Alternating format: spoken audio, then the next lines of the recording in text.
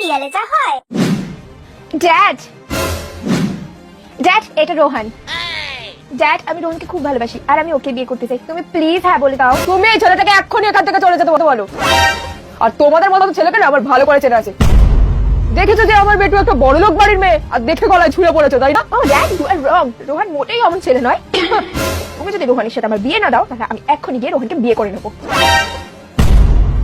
Princess, ওই ছেলেটাকে তুমি এখন এখান থেকে চলে যেতে বলো। রোহান তুমি চলে যাও প্লিজ। রোহান ড্যাড, তুমি ডক্টরের কাছে চলো। না না প্রিন্সেস, ডাক্তার হবে না।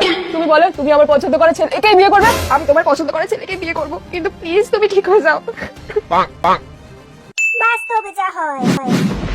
তুমি মানবে না তো? আমি আজকেই ওকে বিয়ে করবো, দরকার নেই তোমাদের পারমিশন। চলো সন্টা মনে কান্তিতে চলে যাচ্ছে, কিছু একটা করতে হবে। কান্তিমা যাস না মা, আমার পছন্দের ছেলেকে বিয়ে করে নে, নাহলে আমি হার্ট অ্যাটাক করবো। বাবা, হাতটা না ডান দিকে থাকে না, পা দিকে থাকে, বুঝলে তো? আর তুমি কি ভেবেছো সিরিয়ালের মতো তুমি বুকে ব্যথা নাটক করবে আর আমি মিটকেলকে ছেড়ে তোমার পছন্দের ছেলেকে বিয়ে করে নেবো, তাই না? তুমি তোমার বুকে ব্যথা নিয়ে বসে থাকো, আমি চললাম মিটকেলকে বিয়ে করতে। চলো মিটকেল শোনা।